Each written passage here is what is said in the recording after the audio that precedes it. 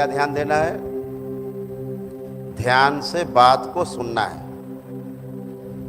पहला चरण सुनना। दूसरा चरण जो सुना गया है उसको एनालाइज करना, इसमें हमारे मतलब का क्या है।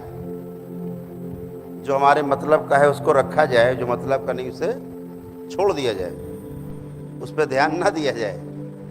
जो मतलब का है उस पर फोकस किया जाए, इतनी बात है।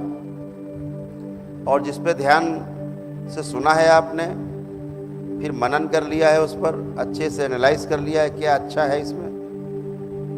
जब ये आपने समझ लिया कि यही अच्छा है, यही ठीक है हमारे लिए,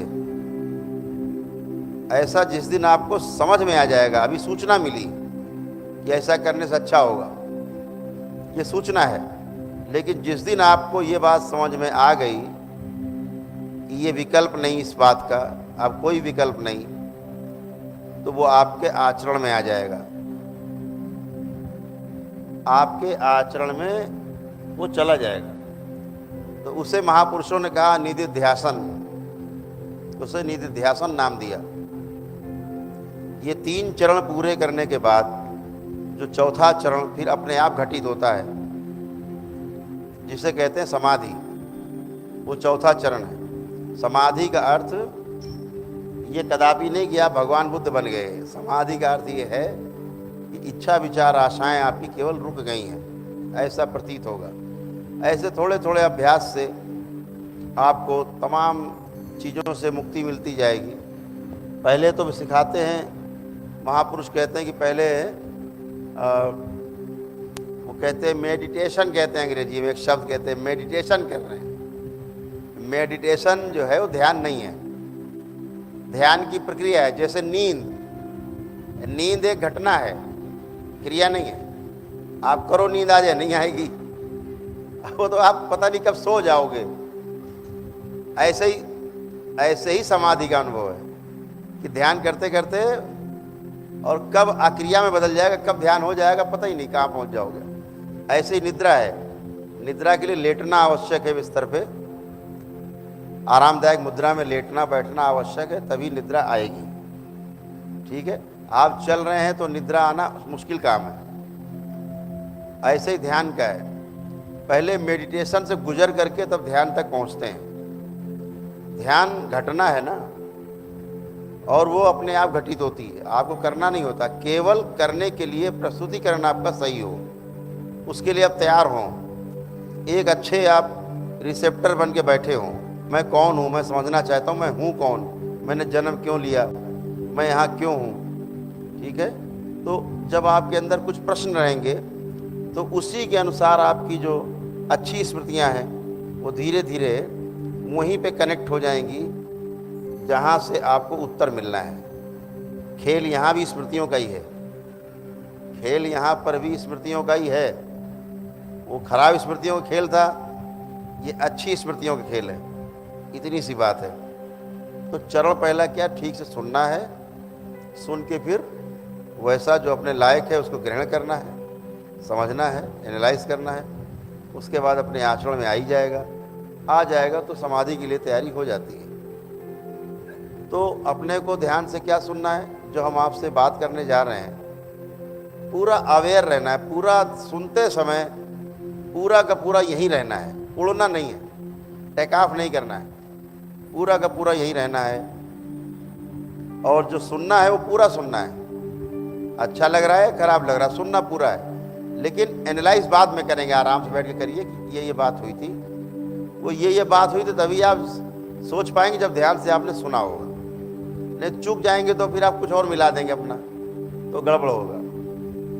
तो पहला काम ये है कि जब भी आप जो भी समय आपको मिलता है, एक तो सबसे पहले सबसे अच्छा समय तो ब्रह्म मुहूर्त का ही होता है।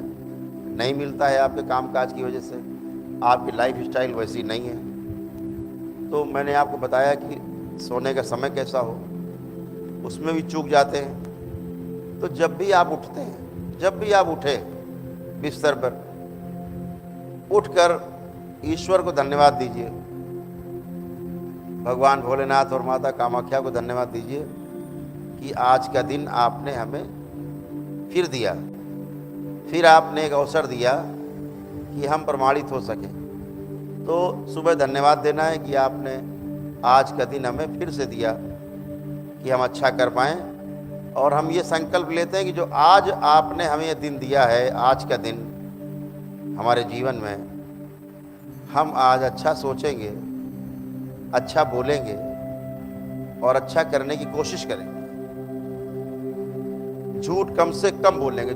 ये आप देखिएगा, जब भी आप झूठ बोलने की कोशिश करेंगे आपको तुरंत दरबार ध्यान आएगा। आपको ये ध्यान आ जाएगा कि हम झूठ बोलने जा रहे हैं, तो वहाँ पर आपको लगे कि यहाँ झूठ नहीं बोलना है तो बच सकते हैं, अनावश्यक झूठ, है ना। लेकिन दरबार आपको ध्यान आएगा। जैसे ही आप कुछ भी झूठ बोलने की कोशिश करेंगे आपको दरबार तुरंत ध्यान आ जाएगा। ये आपको पक्का तय है, ठीक है। तो अपने को जो भी समय उठते हैं, उठकर फ्रेश हो करके, मैंने ब्रह्म ध्यान में आपको बताया था कि सप्ताह में एक बार एक जग गुनगुना पानी करके सेंधा नमक मिला करके उसमें आधा चम्मच, ठीक है। जिनको ब्लड प्रेशर की ज़्यादा समस्या रहती थी तो क्या करना है कि पानी पिया। पानी पीने की क्या है, ये आजकल फैशन बन गया है, ये भी समझो आप। फैशन क्या फैशन है? बोतल हाथ में, बोतल हाथ में खोला, 4-6 घूंट पिए, फिर बंद, बात करने घूम रहे, फिर पिया कभी। ये गलत तरीका है, एकदम गलत है। पानी जब भी पिए पेट भर के पिए। पेट भर माने इच्छा भर के, जितनी आपकी इच्छा है। आधे गिलास की इच्छा हो रही तो आधा गिलास पिए, 1 गिलास जल पीने की इच्छा हो रही तो 1 गिलास पिए, और 2 गिलास पीने की इच्छा हो रही 2 गिलास पिए। इच्छा से ज़्यादा नहीं पीना है, कम भी नहीं पीना है। अभी हम क्या करते, प्यास तो लग रही लेकिन 4 घूंट पिए, गिलास रख दिया। ऐसे नहीं पीना है। क्यों पीना है, बार बार क्यों नहीं पीना, थोड़ा थोड़ा? अगर थोड़ा थोड़ा बार बार पिएंगे तो शरीर की अपनी एक आदत बन जाएगी। फिर शरीर क्या करेगा, आपने जल दिया वो तुरंत कंज्यूम कर लेगा, अपनी बॉडी में अंदर कंज्यूम कर लेगा, मतलब अपने में रख लेगा, बचा लेगा जल को। तो बचा लेगा तो क्या होगा, बाहर नहीं निकलेगा। और जब आप ज़्यादा इच्छा भर के पिएंगे तो उतना ही जल लेगा शरीर के अंदर जितनी उसकी आवश्यकता है, बाकी बाहर कर देगा। लेकिन आप थोड़ा थोड़ा करके पिएंगे तो शरीर ये समझ जाएगा कि इसको जल की ज़्यादा ज़रूरत है, तो बॉडी में वो जल बढ़ने लगेगा, जल तत्व तो बढ़ जाएगा, फिर आपको बीमारी बनेगी उससे शरीर की, ठीक है ना। तो जब भी पीना है तो पूरा पीना है। अभी 100 में से 75% लोग लगभग यही नहीं जानते कि भूख होती क्या है। थोड़ा सा लगा कि पेट खाली है, अरे लाओ भाई कुछ है, नहीं मिला तो समोसा ही मिल गया। आजकल तो गली गली चलते फिरते समोसा और पकौड़ी पकौड़ी चाट की दुकानें लगी। भूख लगती ही नहीं, खा लिया, फिर डॉक्टर के पास जाते, डॉक्टर साहब भूख नहीं लग रही है। अरे भैया भूख तुमने लगने ही नहीं दी, तुमने भूख ही मार दी अपनी। शरीर को अभ्यास हो गया भूख ना लगने का। थोड़ा थोड़ा खाना क्या होता है, शरीर का अभ्यास बन गया तो भूख का पता नहीं, तो क्या होगा, धीरे धीरे शरीर को भूख लगनी बंद हो जाएगी। तो जब भूख लगे तो एकदम ऐसी भूख लगे कि वह प्राण निकल जाएंगे।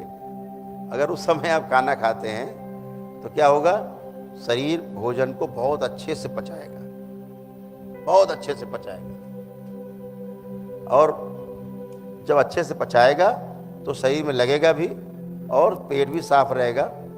पेट साफ रहेगा तो सारा सिस्टम साफ रहेगा, आपका खून साफ रहेगा, सब साफ रहेगा। तो भोजन तभी करें जब भूख लगी। घड़ी ना देखी कि यार 1 बजे भोजन का टाइम है, 1:30 बजे। घड़ी देख के भोजन करने वालों को कब्ज रहता है, और भूख देख करके भोजन करने वालों को हमेशा आनंद रहता है। भूख लगती तो भूख लगे तो खाना खाओ। ये नहीं कि अभी खा के उठे, किसी मित्र के यहाँ पहुँचे, उसने कहा चाय पी लो, आपने कहा नहीं नहीं, अरे पी लो यार 1 कप चाय, लाओ। अच्छा, अब साथ में नमकीन आ गई, कुछ पकौड़ी कौड़ी आ गई, वो भी आपने चीम ली 1-2, और चाय वाय पी ली। अब ये एक्सेस है। अब ये आपकी भूख में समस्या पैदा करेगा आगे, पक्का है। बिना भूख के आपने खाया, बिना भूख के खाना ये केवल रोग पैदा करते हैं शरीर के, और बिना निद्रा के सोना मानसिक रोग पैदा करता है। नींद नहीं आ रही, फिर भी लेट गए बिस्तर पे, अब लेटोगे तो चक्री चलेगी, फिर चक्री घूमना शुरू होगी। यही मानसिक रोग, आप विचारों को घना करते जाएंगे। क्या ध्यान देना है, कहाँ ध्यान टिकाना है अपना? अपने ऊपर। हम लेटे हैं और हमारा शरीर क्या कर रहा है, क्या सोच रहा है। ध्यान तो एक ही जगह हो सकता है, दो जगह हो नहीं सकता। तो सोचने वाला कौन, और सोच जो रहा है उसके ऊपर नज़र रखने वाला कौन, कि भैया गलत क्यों सोच रहे हो, अच्छा अच्छा सोचो, ये कौन है? ये कहाँ से आ गया?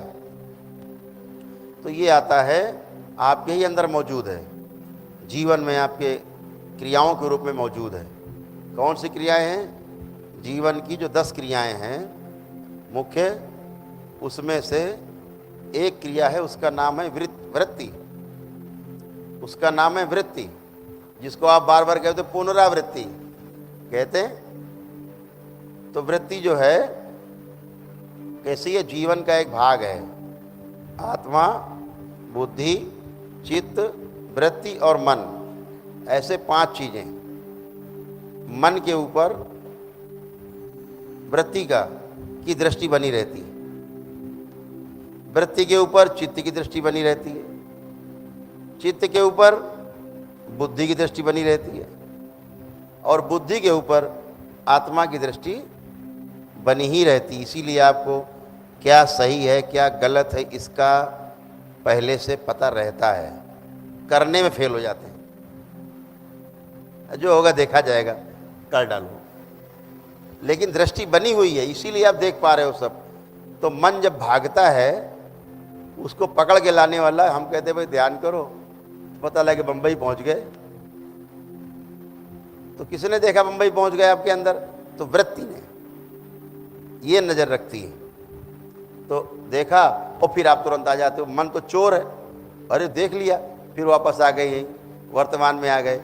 तो वृत्ति क्या करती है? आपको वर्तमान में बार बार खींच के लाती है, और वर्तमान में रहना ही ध्यान है। इसके लिए आवश्यक नहीं कि आप आसन और मुद्रा लगा के बैठ जाएं, उठे ना 10 घंटे। ध्यान है, वो ध्यान कर रहे हैं आप, लेकिन ध्यान पूर्वक हर काम करना, ये भी ध्यान है। जैसे आप ध्यान से सुन रहे हैं, ध्यान से आप सुन रहे हैं, यह भी ध्यान है। तो भूतकाल में चले जाना, भविष्य में उड़ जाना, ये क्या है? ये केवल अपनी एनर्जी को नष्ट करना है। ठीक है, संसार में उड़ान भरना है, तो भूतकाल से आपको पीड़ा मिलेगी मिलेगी, तमाम पीड़ाएं भूतकाल की हैं। भविष्य की चिंता आपको सताएगी, वर्तमान आपका खो जाएगा।